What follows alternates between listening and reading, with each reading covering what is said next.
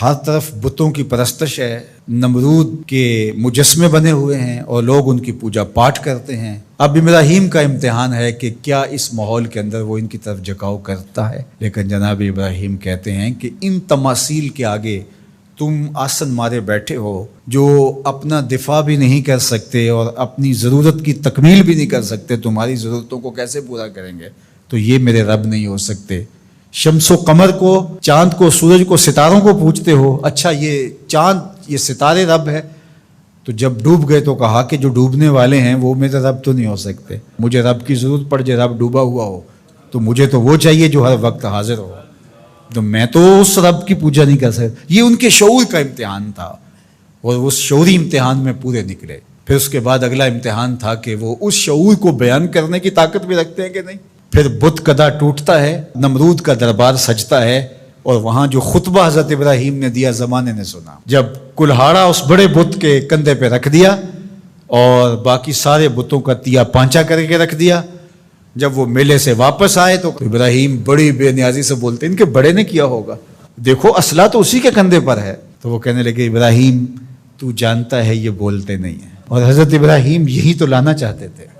پھر جو خطبہ دیا، اف لکم ولما تعبدون من دون اللہ افلا تعقلون، افسوس ہے تمہارے اوپر اور افسوس ہے ان پر جن کو تم اللہ کے علاوہ پوجتے ہو، افلا تعقلون، تمہاری کھوپڑی میں دماغ نہیں ہے۔ اور پھر اللہ کی توحید کا بیان فرمایا۔ پھر اس کے بعد جان کا امتحان آیا، تو پھر جلتے ہوئے شعلوں کے اندر جس طرح ہنس کے داخل ہوا پیغمبر، یہ الگ اور نرالی شان تھی۔ نمرود نے سوچا تھا جل کے راکھ ہو گیا ہوگا چیخا میں، لیکن 40 دن کے بعد جب آگ بجھتی ہے تو حضرت ابراہیم انگاروں سے چلتے ہوئے یوں باہر آتے ہیں جس طرح پھولوں پر کوئی نازنین چل کے آ رہا۔ پھر 87 سال عمر ہے، اللہ تعالیٰ پھر حضرت ہاجرہ کے بطن سے حضرت اسماعیل کی صورت میں اولاد عطا کرتا ہے۔ اب اتنی بڑھاپے کی عمر میں اولاد نصیب ہو تو انسان کا جی چاہتا ہے سارے کام کاج چھوڑ کے گھر بیٹھ جاؤں اور میں اپنی اولاد کے چہرے کی بلائیں لوں، لیکن حکم ہوتا ہے اپنی زوجہ کو بھی اور اپنے نو مولود بیٹے کو بھی ایسی وادی میں چھوڑ آؤ جہاں کوئی سبزہ بھی نہیں ہوگا۔ اللہ اکبر۔ پھر اسماعیل علیہ السلام کی ایڑیوں کے رگڑنے سے زمزم جاری ہوتا ہے۔ اب ذرا دیکھیے، ایک ایسا امتحان آتا ہے اگر کو ہمالیہ پہ بھی ڈال دیا جاتا اس کا پتا بھی پانی ہو جاتا۔ فلما بلغ معہ السعی، جب وہ ان کے ساتھ چلنے پھرنے کے قابل ہوا، ابراہیم علیہ السلام خواب دیکھتے ہیں، اور خواب کیا دیکھتے ہیں کہ میں بیٹے کو ذبح کر رہا ہوں۔ فلما اسلما، جب دونوں راضی ہو گئے، باپ ذبح کرنے پہ اور بیٹا ذبح ہونے پہ، اب باپ کی آنکھوں پہ پٹی بندھی ہے، ہاتھ میں چھری ہے، 100 سال کا بوڑھا باپ، جبل سبیر کا دامن منا کی وادی، کارکنان قضاء و قدر دم بخود ہیں، شمس و قمر، یہ منظر آج سے قبل انہوں نے نہیں دیکھا تھا، اور سورج بادلوں کی اوٹ میں منہ چھپانے کی کوشش کر رہا ہے کہ یہ منظر مجھ سے نہیں دیکھا جائے گا، حوروں کی چیخیں نکل رہی ہے، کائنات تھرا رہی ہے، مالک قیامت آنے والی۔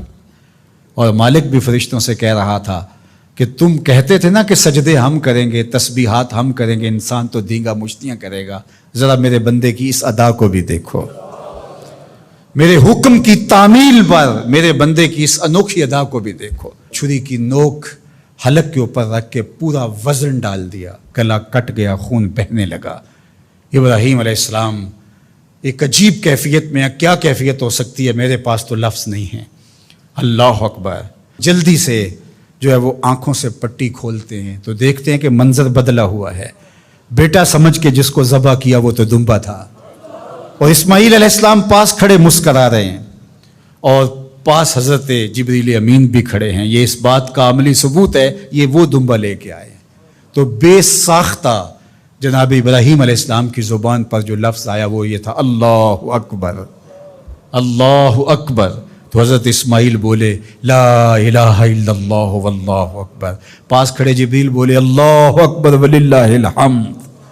اللہ نے کہا اے ابراہیم تمہاری قربانی کی سنت کو بھی قیامت تک جاری رکھیں گے، تمہاری زبانوں سے نکلے ہوئے جملے بھی مرنے نہیں دیں گے۔ وَنَادَيْنَاهُ أَن يَا إِبْرَاهِيمُ قَدْ صَدَّقْتَ الرُّؤْيَا إِنَّا كَذَلِكَ نَجْزِي الْمُحْسِنِينَ، اس حال میں ہم نے ندا دی ابراہیم تو نے واقعی خواب پورا کر دکھایا۔ إِنَّ هَذَا لَهُوَ الْبَلَاءُ الْمُبِينُ، اللہ فرماتا ہے یہ بہت بڑا امتحان تھا، یہ چھوٹا امتحان نہیں تھا۔ اور پھر میرا رب رب ہو کے کیا کہتا ہے؟ سلام علی ابراہیم، اے ابراہیم تیرے اوپر سلامتیاں نازل ہو۔ اللہ اکبر۔ پرسوں بھی میں کسی منڈی کے قریب سے گزرا، کہتے ہیں اس علاقے کی سب سے بڑی منڈی ہے، تو ہزاروں جانور، ہجوم محبت، اور سڑکوں پر، گلیوں میں، بازاروں میں کوئی یہاں گائے لے کے جا رہا ہے، کوئی بیل، کوئی اونٹ اٹھا کے لے کے جا رہا ہے، تو بے ساختہ میری زبان سے یہی نکلتا ہے سلام علی ابراہیم، ابراہیم تیرے اوپر سلامتیاں نازل ہوں۔ اللہ اکبر۔ اور اس قربان گاہ پر، جس قربان گاہ پر حضرت اسماعیل کو لے کر کے چلے تھے، منا کی وادی میں جبل سبیر کے پاس، وہاں 25 لاکھ حجاج جانور ذبح کریں گے، تو منا کی وادی اس گونج سے منور ہوگی، آواز آ رہی ہوگی سلام علی ابراہیم، ابراہیم تیرے اوپر سلامتی۔ ابراہیم علیہ السلام نے چھوٹا کام نہیں کیا، بہت بڑا کام کیا، لیکن میرے رب نے بھی پھر جو اعزاز دیا، جو تکریم دیا، عرض کی گئی یا رسول اللہ یہ قربانیاں کیا ہیں؟ فرمایا تمہارے باپ ابراہیم کی سنت ہے، قیامت تک وہ نقشہ ہماری آنکھوں کے سامنے رہے گا، اور لوگ اپنے قیمتی متاع کو اس طرح قربان کرتے رہیں گے۔ ہمارے ایک بزرگ فرمایا کرتے تھے کہ ہر بندے کا کوئی نہ کوئی اسماعیل ہوتا ہے، جب تک وہ اپنے اسماعیل کی گردن پر چھری نہیں رکھتا رب کا قرب نصیب نہیں ہوتا۔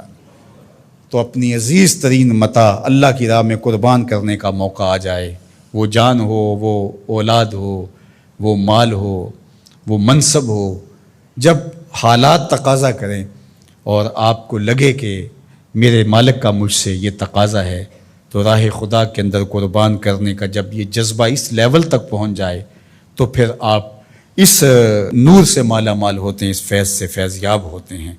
ہمارے لیے یہ واقعات اس لیے رکھے، ہم تو چھوٹے چھوٹے امتحانوں سے ڈر جاتے ہیں، ہمیں بڑے امتحان بھی دینے پڑے تو ہمارے بڑوں کی سیرت یہ ہے کہ ہم کشادہ دلی کے ساتھ، خوش دلی کے ساتھ ان امتحانوں سے گزریں، پھر ہمارے رب کی رحمتیں اور کرم نوازیاں ہمارے شامل حال ہوں گی۔